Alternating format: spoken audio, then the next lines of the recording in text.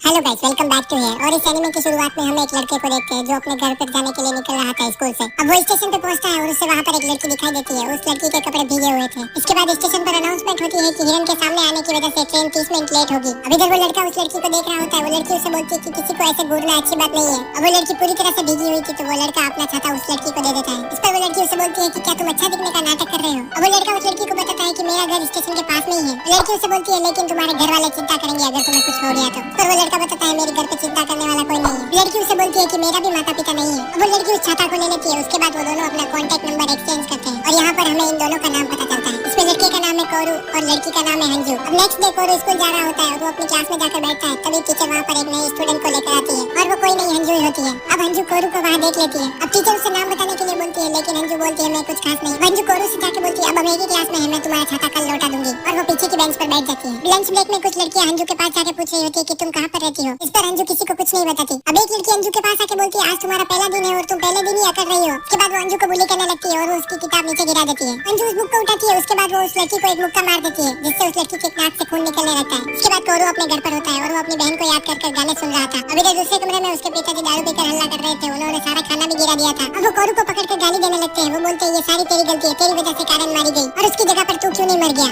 कोरू वहाँ से भाग जाता है और वो अपनी जान लेने के लिए ट्रेन के सामने आने की कोशिश करता है लेकिन वो नहीं कर पाता और वो वहाँ जंगल में गिर जाता है। अब कोरू उस जंगल में चल रहा था तभी उसे वहाँ पर एक अजीब सी गुफा दिखाई देती है और कोरू उस गुफा के अंदर चला जाता है। थोड़ी देर चलने के बाद उसे एक सैंडल मिलता है और वो उसकी सिस्टर का था। उस पर उसका नाम भी लिखा हुआ था जो मर गई है। अब कोरू भागकर थोड़ा और आगे जाता है तभी उसके हाथ पर आकर एक पैरोट बैठ जाता है। पैरोट गाना गाने लगता है और कोरू को याद आता है ये तो वही गाना है जो मैंने मेरे पालतू पैरोट को सिखाया था लेकिन वो पैरोट तो मेरी सिस्टर के साथ ही मर गया था। अब कोरू उस पैरोट को लेकर उस गुफा से निकल जाता है। अब वो अपने घर पर होता है तभी उसके पिताजी उसके गले लगकर बोलते हैं ऐसे कभी मत जाना, तुम्हें गए हुए एक हफ्ता हो गया है। अब कोरू सोच रहा होता है एक हफ्ता कैसे हो गया। उसके बाद वो अपने मोबाइल में चेक करता है तो एक हफ्ता गुजर गया होता है। असल में ऐसा इसलिए हुआ क्योंकि उस गुफा का टाइम और बाहर का टाइम अलग चलता है। अब नेक्स्ट डे कोरू स्कूल जाता है और उसका दोस्त उससे पूछ रहा होता है कि तुम एक हफ्ते से कहाँ गायब थे। तभी वहाँ पर हंजू आती है। वो बोलती है अगर तुम कल स्कूल आओगे तो मैं तुम्हारा छाता लौटा दूंगी। स्कूल खत्म होने के बाद कोरू फिर से उस गुफा में जाने के लिए वहाँ पहुँचता है और वो गुफा के अंदर जाता है। वो देखता है कि उसका पीछा करते हुए हंजू भी उस गुफा के अंदर आ गई है। अब वो हंजू को पकड़कर उस गुफा से बाहर निकालता है। उसके बाद वो हंजू को बताता है कि इस दुनिया का समय और इस टनल का समय अलग अलग चलता है और ऐसा लगता है कि ये टनल इच्छा पूरी करता है। हंजू बताती है लेकिन हम सिर्फ 5 सेकंड अंदर थे और यहाँ बाहर 5 घंटे बीत गए हैं। इसके बाद हंजू कोरू से बोलती है कि मेरी भी एक इच्छा है तो क्यों ना हम साथ में काम करें और इस टनल के बारे में और जाने। अब इसके बाद वो उस टनल पर रोज आने लगते हैं। हंजू कोरू को कॉल ऑन रखकर अंदर जाने के लिए बोलती है। उसे बोलती है कि कुछ भी बात करते रहो और हंजू को बोलता है कि तुमने उस लड़की को मुक्का क्यों मारा। हंजू उसे बताती है कि वो पहली इंसान है जिसे मैंने मारा। उसकी कॉल अचानक से कट जाती है और वो भाग के बाहर आता है। वो बताता है कि मैं उस पिलर से पार गया और मेरी कॉल कट गई। अब इसके बाद वो वहाँ पर रेगुलरली आने लग जाते हैं। एक दिन हंजू वहाँ से निकलने के लिए ऊपर चढ़ रही थी तभी उसका पैर फिसलता है और वो कोरू के ऊपर गिर जाती है। उसके बाद वो नीचे गिर जाते हैं। हम देखते हैं कि हंजू कोरू के नीचे होती है। उसके बाद वो वहाँ पर फिर से आते हैं। हंजू कोरू को बोलती है जैसे तुम उस पार जाओगे मैं तुम्हें मेल भेजूंगी। इसके बाद कोरू उस पिलर के पास जाता है। हंजू उसे मैसेज भेजती है। अब वो पीछे मुड़ के देखता है तो उसे हंजू वहाँ पर घूमते हुए दिखाई देती है।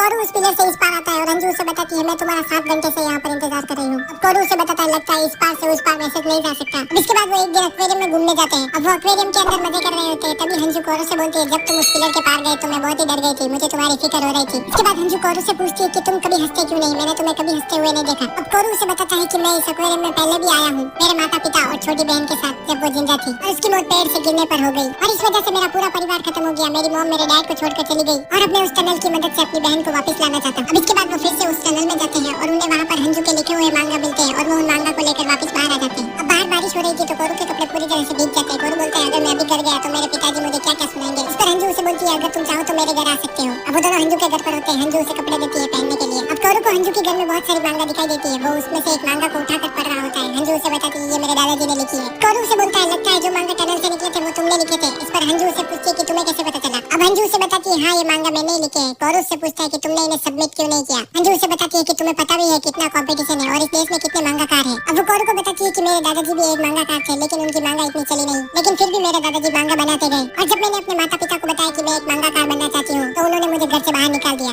कोरू उसे बोलता है तो तुम इसीलिए इस शहर में हो। इसके बाद कोरू हंजू की बनाई हुई मांगा को पढ़ रहा होता है और हंजू को बताता है ये तो बहुत ही बढ़िया है, तुमने तो इसमें बहुत ही अच्छा काम किया है। अब हंजू अपना मुंह छुपा लेती है और वो बहुत ही खुश थी। कोरू हंजू को बोलता है तुम स्पेशल हो, तुमने बहुत ही अच्छी मांगा लिखी है। इस पर हंजू कोरू को बोलती है तुम स्पेशल हो, तुम जिस तरह से जीते हो मुझे वो बहुत ही पसंद है, तुम बहुत ही अलग ही दुनिया में जीते हो, मैं तुम्हारी तरह से दुनिया को देखना चाहती हूँ। वो कोरू के ऊपर बैठ जाती है। वो बोलती है कि मैं तुम्हारी तरह जीना चाहती हूँ इसीलिए मुझे उस टनल की जरूरत है। अब इसके बाद वो एक दूसरे की ख्वाहिश पूरी करने के लिए 2 अगस्त को वहाँ पर जाने का तय करते हैं। अब इसके बाद एक फेस्टिवल होता है, कोरू हंजू के साथ उस फेस्टिवल में जाता है। अब कोरू हंजू को एक जगह ले जाता है, वो बताता है कि ये एक सीक्रेट जगह है, मैंने और मेरी बहन कैरन ने इसे ढूंढा था। कोरू हंजू से बोलता है कि मुझे पता नहीं, मैं उस टनल में जाने के बाद कब लौटूंगा, इसीलिए मैं लास्ट बार यहाँ पर आना चाहता था। अब वहाँ पटाखे छूटने लगते हैं और ये नजारा देखने में बहुत ही सुंदर था। हंजू कोरू से पूछती है कि हम 2 अगस्त को वहाँ पर क्यों जाएंगे। कोरू उसे बताता है क्योंकि उस दिन मेरी बहन कैरन की डेथ एनिवर्सरी है। इसके बाद हंजू कोरू का हाथ पकड़ लेती है। इसके बाद कोरू घर पर जाता है, वो देखता है कि उसके घर पर कोई लेडी आई है। वो जाके देखता है तो उसके डैड उसे बताते हैं कि ये अब तुम्हारी नई मॉम बनने वाली है। इस पर कोरू रोने लग जाता है। नेक्स्ट डे हम देखते हैं कि कोरू हंजू से मिलने जाता है और वो एक रेस्टोरेंट में मिलते हैं। हंजू कोरू को बताती है मैंने अपनी मांगा सबमिट की और उनका कॉल आया मुझे। उन्होंने बताया कि उनको मेरी मांगा पसंद आई। उन्होंने मुझसे पूछा है कि क्या मैं उनके साथ मांगा पर काम करना चाहती हूँ। तो कोरू से पूछती है कि मुझे नहीं पता मुझे क्या करना चाहिए। इस पर कोरू उसे कुछ नहीं बताता। इसके बाद अगले दिन 2 अगस्त होती है। कोरू हंजू को बिना बताए उस टनल में अकेले चला जाता है। हंजू कोरू के घर पर जाती है। उसके डैड उसे बताते हैं वो तो कल रात को गया है और अब तक वापस नहीं आया। हंजू वहाँ से भागकर उस टनल पर जाती है और उसे वो सब पल याद आ रहे होते हैं जो उसने कोरू के साथ बिताए थे। वो टनल के बाहर पहुंचती है, तभी उसे कोरू का मैसेज मिलता है। उसमें लिखा हुआ होता है जब तुम यहाँ पर पहुंचोगी तो मैं उस टनल में बहुत ही आगे पहुंच चुका होऊंगा। हम इधर कोरू को देखते हैं जो उस टनल में चल रहा होता है और मैसेज लिखने के बाद वो अपना मोबाइल फेंक देता है। इधर हंजू कोरू का मैसेज पढ़ रही होती है। उसमें लिखा हुआ होता है तुमने कहा था तुम्हें स्पेशल टैलेंट चाहिए, लेकिन वो तुम्हारे पास पहले से ही है। तुम्हारी मांगा मुझे बहुत ही दिलचस्प लगी थी, अब तुम्हें एक एडिटर भी मिल गया है, तो अब तुम एक स्पेशल हो। तो अब मैं चाहता हूँ कि तुम मांगा बनाओ। और अब कोरू बताता है कि एक चीज है जो मैंने तुम्हें नहीं बताई इस टनल के बारे में। ये टनल सिर्फ तुम्हें खोई हुई चीजें वापस लौटाता है, तो ये टनल तुम्हें कोई स्पेशल टैलेंट नहीं दे सकता। अब कोरू अंदर चल रहा होता है, तभी उसके मॉम डैड उसे दिखाई देते हैं और वो उनको छोड़कर आगे बढ़ता है। इसके बाद बाहर हंजू रोते हुए उसे मैसेज लिखकर भेजती है। अब वो बोल रही होती है कि मैं तुम्हारे साथ रहना चाहती थी। और इधर अंदर कोरू 14 घंटे से चल रहा होता है, मतलब बाहर 4 साल बीत चुके हैं। अब वो चलते चलते थक कर गिर जाता है। फिर उसे सामने से एक रोशनी दिखाई देती है। वो उसकी तरफ भागता है। वो दरवाजे जैसा कुछ था। कोरू उसे खोलकर अंदर चला जाता है और अब वो अपनी पुरानी यादों में पहुंच जाता है जहाँ उसकी बहन कैरन जिंदा थी। वो अपनी बहन को बता रहा होता है कि मुझे एक अजीब सा सपना आया। वो अपनी बहन से बात कर रहा होता है, तभी उसके मोबाइल पर मैसेज आते हैं और वो सारे मैसेज हंजू ने भेजे होते हैं। कोरू के टनल में जाने के बाद हंजू ने उसे मैसेज भेजना बंद नहीं किया, वो हर समय उसे मैसेज भेजती थी। कोरू की बहन आके उसे बताती है कि आपकी अपने दोस्त से लड़ाई हुई है, आपको अपने दोस्त से लड़ाई नहीं करनी चाहिए। और उसे बोलता है मुझे फर्क नहीं पड़ता जब तक तुम मेरे साथ हो। कोरू की बहन उससे बोलती है कि मुझे पता है आप मुझसे प्यार करते हो, लेकिन आपको दूसरे लोगों से भी प्यार करना चाहिए। इसके बाद कोरू दरवाजा खोलकर बाहर जाने लगता है, तभी उसकी सिस्टर उसे बोलती है कि मैं आपसे बहुत ही प्यार करती हूँ, प्लीज अपना ख्याल रखना। वो इधर हंजू को देखते हैं जो बहुत ही अच्छी मांगाकार बन चुकी थी। जब दूसरी तरफ कोरू टनल में दौड़ रहा होता है और उसे दौड़ते हुए वही सब यादें याद आ रही होती है जो उसने हंजू के साथ बिताई थी। वो भागते हुए हंजू को मैसेज भेज रहा होता है, तभी वो अचानक से वहाँ पर गिर जाता है और वो बेहोश हो जाता है। इधर हंजू अपने काम के सिलसिले में किसी से मिलने जाती है। वो उससे पूछता है कि तुमने ये छाता हमेशा से अपने साथ रखा है, क्या ये तुम्हें किसी खास ने दिया है। अब इसके बाद हंजू उसी स्टेशन पर बैठी होती है जहाँ वो कोरू से पहली बार मिली थी और वहाँ अनाउंसमेंट होती है कि ट्रेन 30 मिनट लेट होगी और उसे अचानक से कोरू की याद आती है और वो रोने लग जाती है। अब उसे एक मैसेज आता है जो कोरू की तरफ से था और उसमें लिखा हुआ था कि मैं तुमसे प्यार करता हूँ। हंजू भागते हुए उस टनल की तरफ जाती है। अब इधर कोरू जैसे ही अपनी आंखें खोलता है, वो देखता है कि हंजू ने उसे पकड़ रखा है और वो उसे बताती है कि मैं तुम्हें लेने आई हूँ और मुझे तुम्हारा मैसेज मिला था। इसके बाद उन दोनों में एक किस होता है और वो टनल से बाहर आते हैं। कोरू बोलता है काफी कुछ बदल चुका होगा, लेकिन हंजू उसे बताती है कि 1000 साल तो नहीं बीते। कोरू बोलता है अब मैं तुम्हारी मांगा पढ़ पाऊंगा। हंजू पूछती है कि तुम्हें कैसे पता चला। इस पर कोरू बताता है कि मुझे तुम्हारे सारे मैसेज मिले थे। इसके बाद वहाँ पर बारिश शुरू हो जाती है। हंजू के हाथ में वही छाता होता है और कोरू उसे बारिश से बचने के लिए खोल लेता है। अब कोरू उससे पूछता है क्या तुम ये छाता हमेशा अपने साथ रखी थी। इस पर हंजू उसे बताती है आखिरकार मुझे ये तुम्हें लौटाना जो था। और बोलता है लेकिन इसमें तो 13 साल लग गए। हंजू बोलती है ये बातें तो हम बाद में भी कर सकते हैं, चलो। और अब ये एनीमे इसी के साथ खत्म होता है। और अगर इसमें से आपको कुछ भी अच्छा लगा हो तो वीडियो को लाइक कर देना और कमेंट